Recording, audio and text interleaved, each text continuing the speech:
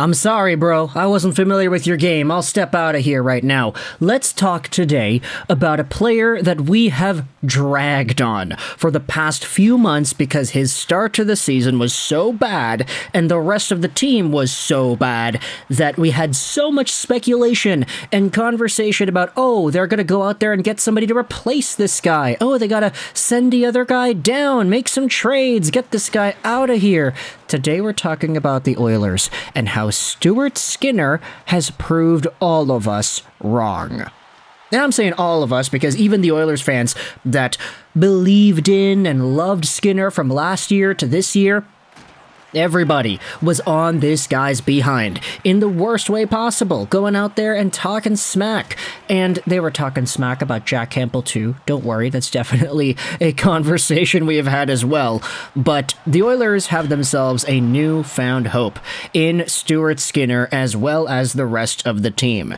We also have some other rumors that I wanted to talk about at the end of this video in regards to the Oilers and potentially being able to sign one of the top free agents. Of course, you know who we're talking about from the title and the thumbnail, but before we get into that, let's talk about Stuart Skinner. It's called a tease in the business, kids. You tease your hook and then you sink him in later on. Stuart Skinner is in a very interesting spot because after starting out the year with the... Okay, you know what? Actually, let's go over to the game log because I think that will give us the best opportunity to showcase where we're coming from with this. Stuart Skinner, in his first month of NHL play, in the month of October, had himself an .863 save percentage and a .351 goals against average. He played in 5 games, he won only once, and he let in, 16 goals on 117 shots? Oh boy, that's not good. Now, of course, we recognize that Jack Campbell was worse, and also he got sent down, and it's even more embarrassing in that situation because he's making a lot more money.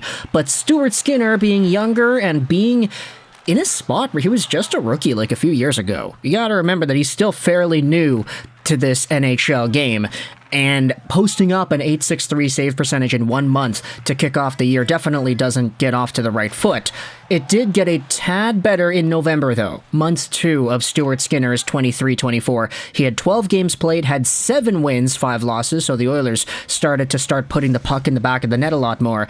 And Skinner, even though he still had a sub-900 save percentage, was at .888, and his goals against was at .302, the Oilers started to do the Oilers thing, outscoring their problems. McDavid and Draisaitl started to get back up on the board, and with this, you saw wins like 5-4 against Vegas, 8-2 against Anaheim, 4-3 against Seattle, and a few losses in there with 4-5 goals against. Stuart Skinner was letting in some big ones, but they were still finding ways to win, which is all this team needed at this point in the season because they were down in the dumps and one of the worst teams in the Pacific standings.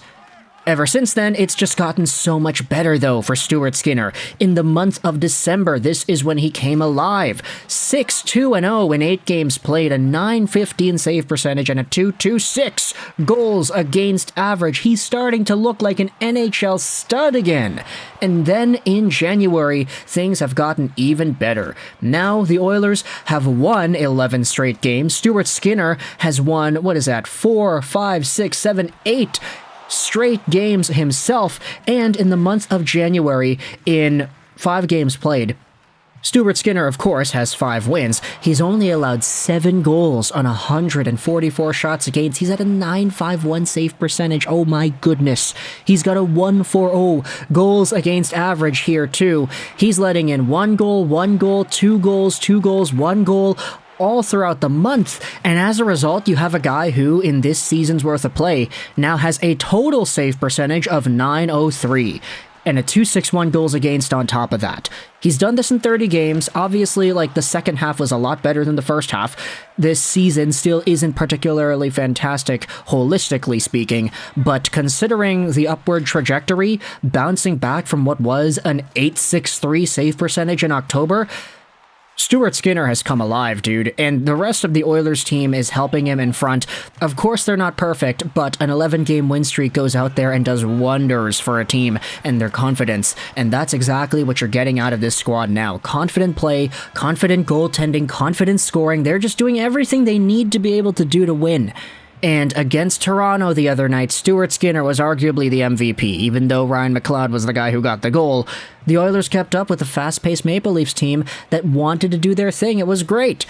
So Stuart Skinner, I doubted you, buddy, but you're back up in there and I'm believing now. Of course, I'm not saying that everybody is immune to slumping once again. It's still possible. Things can fall off the rails as quickly as they get repaired. But for now, hey, highs and lows, right? This is a high one. The Stuart Skinner train has left the building. Now, let's go on to the other thing with the Oilers that I wanted to talk about. We're going over Corey Perry because when it comes to the rumors that we have seen from different NHL insiders, it's very apparent that Corey Perry's next destination may very well just be the Edmonton Oilers. Now, to help us out, there's an article on NHLTradeTalk.com from January 15th that talks about some of the different insiders and their perspectives. Oilers and Corey Perry showing mutual interest in signing. Link will be in the description if you want to go ahead and read this piece yourself. But take a look at this. Among the insiders adding to the speculation, you've got Chris Johnston, Frank Saravalli, and Bob Stouffer in Oilers Now, who all like the Oilers' chances in signing Corey Perry. First, there is a link to the CJ Show and SDPN. This is the Chris Johnston Show, where he goes out there and talks about stuff. He said that there's anywhere between 4 or 5 teams that have interest in Corey Perry. I know there's been some talk about Toronto, but I don't see that as a fit. Keep your eye on a team like Edmonton. I think that they will certainly have some interest. We also had ourselves Bob Stouffer on Oilers Now, who had himself his own paragraph. He revealed that the team was assessing the potential acquisition of Corey Perry. Frank Saravalli notes that the Oilers have been in pursuit of Perry for several weeks and are expressing genuine interest in securing his services. Perry, who is reportedly considering various options, is said to have Edmonton high on his list of preferred destinations.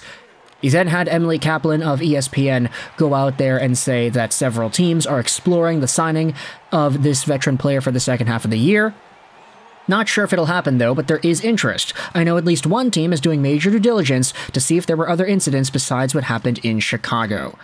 And so with all these insiders, Chris Johnston, Bob Stouffer, Frank Saravalli, pretty much indicating that Edmonton could be that team, for one, it doesn't come to us as much of a surprise, considering the Oilers' willingness to give second chances to players that maybe other people feel they don't deserve, like the Evander Kane situation. I mean, he's on the team right now. You could debate that Kane maybe isn't even being used to the best of his ability on this Oilers lineup, but Corey Perry is in a spot where if the Oilers come knocking on his door, I see no reason for him to say no. Playing with Connor McDavid in a power play, like sure, it's tough to find spots on that Oilers squad up front, but Corey Perry has proved himself very useful in that bumper position on the power play from Montreal to Tampa Bay to Dallas, and even in the limited time he had spent with the Blackhawks. He was still very good and effective as a scorer on that team, so what more for an Edmonton squad that boasts even better personnel than the ones on the Blackhawks? So this could be a pretty good fit, and because of all the rumors, because of all the links, you know it's bound to not happen, right? Because everybody talks about it happening, it's for sure going to be some other team from left field that's going to sign Perry up that we didn't have any expectations to do so. Only rarely does it ever happen where the free agent that is linked to one team the entire time ends up going to that one team. Patrick Kane in Detroit is the one that comes to my mind, but other than that, Corey Perry and the Oilers seems pretty likely. Apparently the Oilers want to do it, and Corey Perry himself, he could be thinking about it too. So let me know your thoughts in the comment section below if you're an Edmonton Oilers fan. What are your thoughts on Stuart Skinner and his crazy season so far? The ups and downs, the highs and lows, how he has gone from such a low valley, Jack Campbell-esque lows, and has worked his way up to having just such an incredible set of numbers in January, carrying forward with the 11-game win streak for the Oilers. Do you think a guy like Corey Perry can be what this team needs to expand upon that even more? Will they force themselves into the postseason in a wild card, or find themselves beating out LA or Vegas for a Pacific Division spot? Let me know your thoughts in the comment section below, whether or not Corey Perry will help them do that, and what your thoughts are about Stuart Skinner in general. I hope you enjoyed this video, and bye.